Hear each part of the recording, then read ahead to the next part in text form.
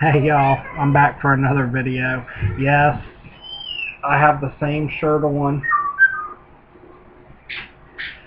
I don't always wear the same clothes all the time, but this is the same day I've shot several videos today, so that's why I've got the same shirt on.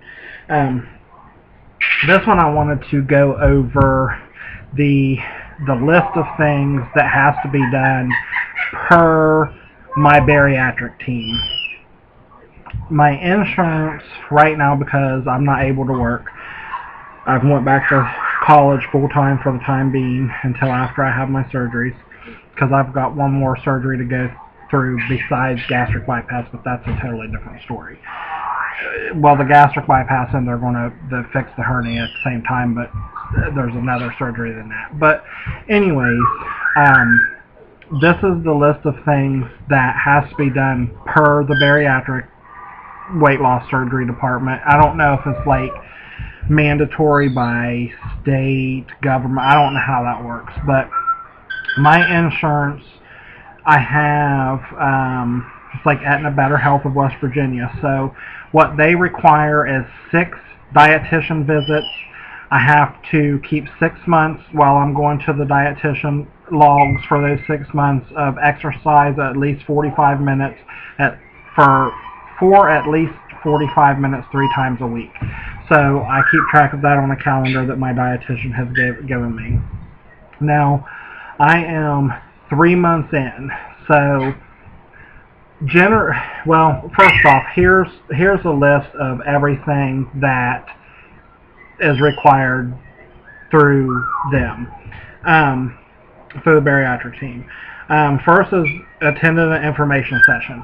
I did mine a little bit backwards because generally you attend an information session before you even have a consult with the doctor or physician assistant, whoever you talk to that very first time. Mine was backwards because I was having the EGD done to see why the acid reflux was uncontrollable. That was another video. So I actually had my EGD first while I had a consult, and then I attended an information session. So I did that part a little bit backwards. But so you have to attend an information session, which is telling you about weight loss surgery, the types of weight loss surgeries, what weight loss surgeries my bariatric team does, and just, you know, the results vary from, I mean, everyone's results is going to vary, but like gastric bypass, they say you're going to lose more than if you have maybe the band or the sleeve. So, I mean, I think I even have the paperwork in here. If so, I'll go over that in another video. And then I had my first appointment with the actual surgeon, and he went over telling me, you know, that the gastric bypass is going to benefit me the most because of the acid reflux being uncontrollable and having to fix the hernia at the same time. So that's the reason I have chosen gastric bypass, because that's what's going to work for me. And then you have 6 appointments. Well, I do. I'm assuming it's the same with all bariatric teams unless your insurance requires more. But I have to have 6 appointments with the dietitian. I actually have my 3rd appointment next week with the dietitian, so I'm halfway there. Halfway. It seemed like it's taken forever, but we'll get there, and the end result's going to be, you know, ultimate. So then after all of those, you're going to I have to have a second physician visit, which is my pre-op visit, and when the same as the pre-op visit, they do a pre-op class. Like, you go to your visit before pre-op, and then they do the class with you, go over vitamins and the surgery details and everything like that. They go over with you. For me, they tell us to bring one of our support people with us so they can hear all of the information as well. Now, in between all of that, sorry, I forgot to turn the volume on my cell phone off. I've got a noisy bird in the background, and yeah. So I apologize about that. And then in between all of this other stuff that you have to do, you have a bunch of clearance doctor's appointments that you have to do. But they do those, at least with mine, they do those before you're even done with your dietitian appointment stuff. That way, when you have that last dietitian appointment, you schedule your pre-op class and everything. They put you on the liver shrink diet for 1 month before your surgery. 2 days before surgery, you go on an all-liquid diet, and then you have your surgery. Now, I know there are tons and tons and tons of people out there in videos that always talk about like having to be on a pure liquid diet for like a month or 3 weeks before surgery, 2 weeks before surgery. I'm not a doctor. I know they're all different.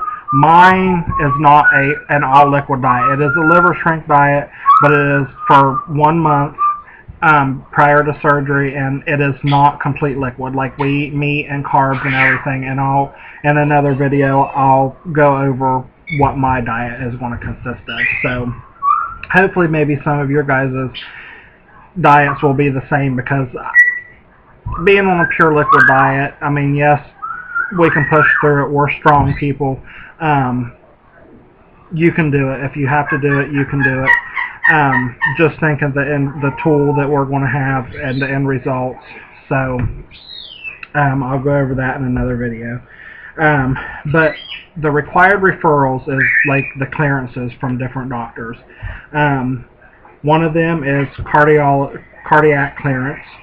You've got pulmonary clearance, which is for your lungs.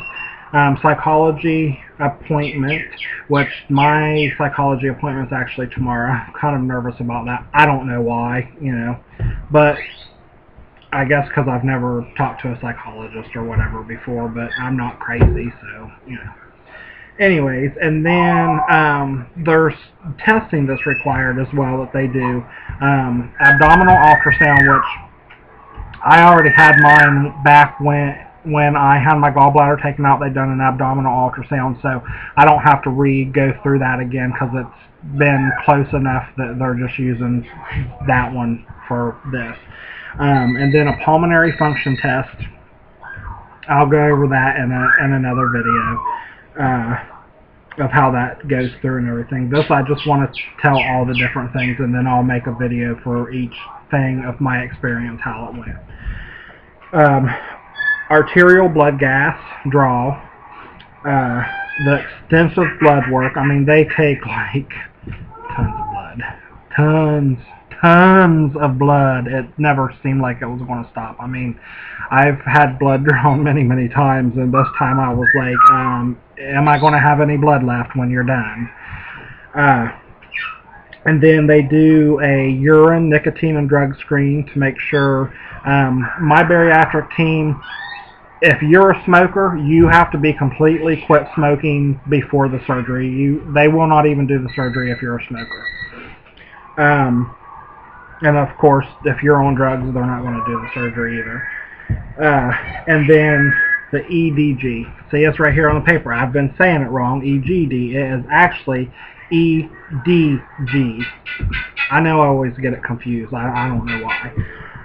And then you generally have to have a sleep study. I do not have to have a sleep study because I have already had that. I've been diagnosed with I can't talk. I was diagnosed with sleep apnea years ago, so of course I had to go to another appointment to my doctor just specifically because I'm having the surgery and get her clearance. And then some people have to do physical therapy. I don't have to do any kind of physical therapy. And as far as mine, that's all that I have to do. Now, some people's going to be completely different and have to do more things than that.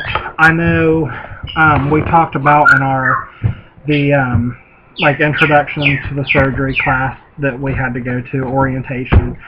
I don't know what I called it. Orientation. I don't even remember what it was called. But anyways, they talked about, you know, some insurances you have to do like 2 years worth of dietitian appointments and keeping track of exercise logs. I mean, all insurance is different. Some insurances cover the surgery, but if your employer did not opt to take that coverage out, your insurance may not, you may not even be eligible for the surgery, which sucks big time, because, you know, there's so many people out here that need this tool to become healthy and to help lose weight. And you know, it's sad that some of these insurance companies won't approve surgery. You know, this is the last resort for most of us. You know, you exercise, you eat right. Some of us just can't lose weight that way. You know, and you know, some people have thyroid issues and other issues that keep them from being able to lose weight.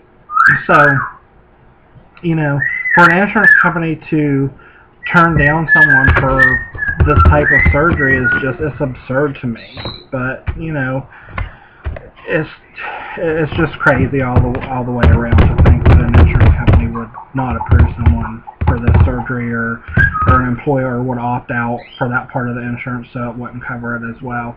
I know the place that I worked for previously, which when I first went to my first appointment and everything, and they checked with the insurance company, they still had my old insurance company in their system, because, you know, pretty much all of our doctors and stuff is with the same health system. So like each office has, you know, it's just in their computer system, all the different things. So they didn't know that I had different insurance, and they called the insurance from my old previous job, who, no, they don't cover the surgery, and it's ridiculous.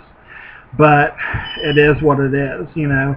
I say if you need this surgery to use as a tool to better your health, better your life, and your insurance doesn't cover it, I say shop around. See if there's another insurance company that you can just pay out of pocket.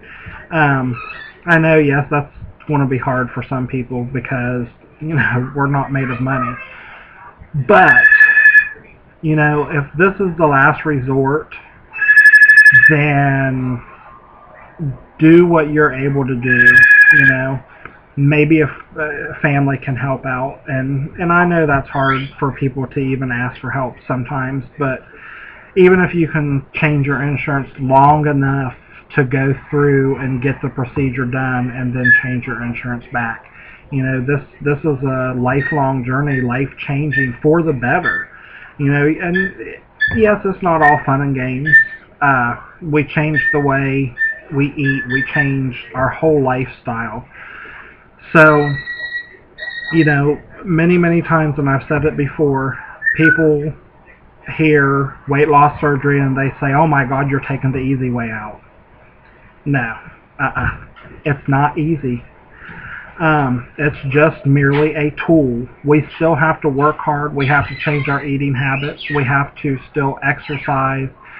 You know, we have to have a routine for the rest of our lives. So, I won't keep going on and on and on, but I go to my psychology appointment tomorrow, so I will have that video. I will make that video tomorrow to let you know how that appointment went. I've still got many more videos to make. I'm just starting out. So if you have questions, once again, my name's Daniel. If you haven't watched the other videos, if you have questions for me, feel free to leave me a message here on YouTube, which I may, if it takes me a while to respond to a message on YouTube, I apologize, but it would be easier to just email me questions if you have questions. I will put my email address will be at the very end of this video, and I'm not going to know the answer to every question. You know, like I said, this is just, my journey is just halfway over. well, the journey's never going to be over, but until surgery. I'm halfway through before getting surgery. So leave me a question if I don't know the answer. I will do my best to find an answer for you or direct you to someone who can help you. With that being said, thank you for watching, and I will see you next video, y'all. Have an awesome evening.